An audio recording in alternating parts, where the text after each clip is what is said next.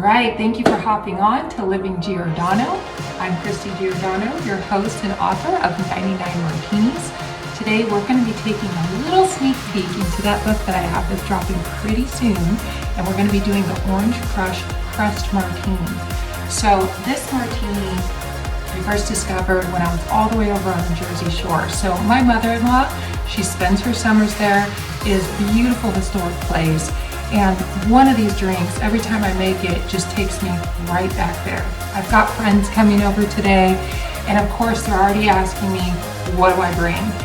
And just like when you go to any restaurant, the first thing they're gonna ask you is, what would you like to drink? So, given what we've got going on today, knowing that we've got oranges in season, I'm all the way over in Temecula, but we've got navel, we've got cara, blood oranges are out till summer.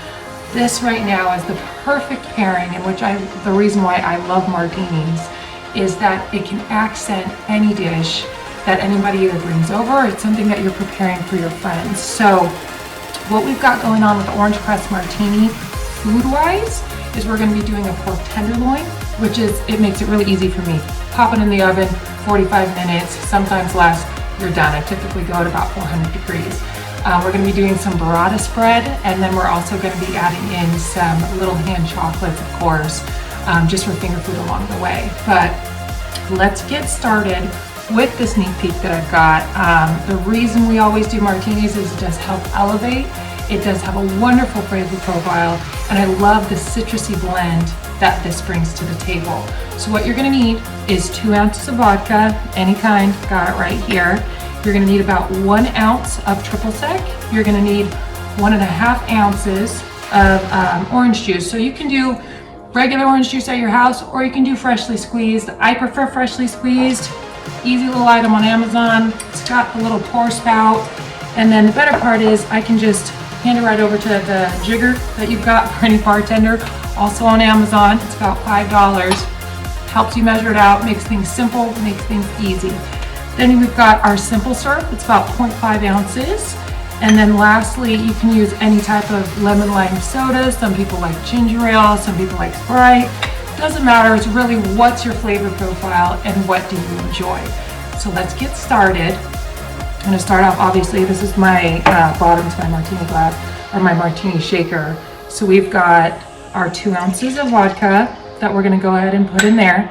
We're gonna put in our ounce of triple sec, which gives it a really fun flavor. We're gonna put in our simple syrup to make it a little bit sweeter. That's gonna help accent the dishes. Of course, our ginger ale is actually what I'm gonna be using. And then we're gonna go ahead and cut up our navel orange so we can get that 1.5 ounces to really bring in the flavors together. So again, so easy, so simple. If you do want to use any type of orange juice, that's also fine. These also remind me of like celebrating, having your mimosas, just kicking off and enjoying friends and family.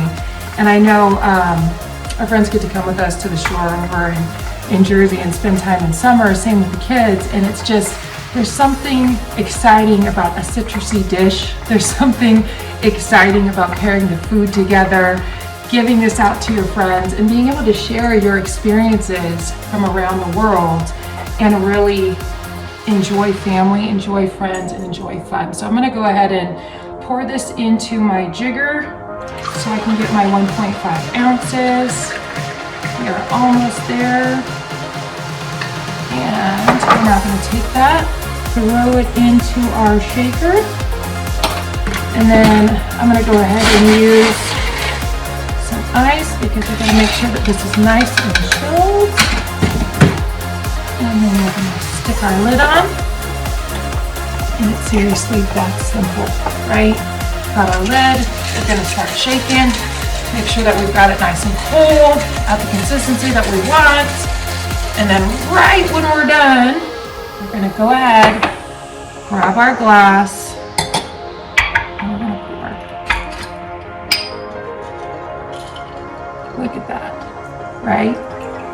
It's bright, it's summery, it's airy, it's beautiful. The smells are absolutely transcendent.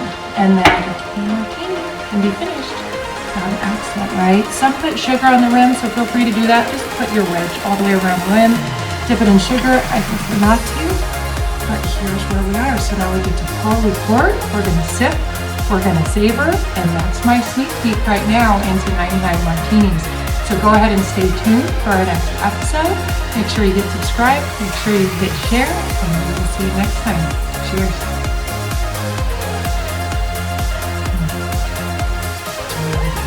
It's really good.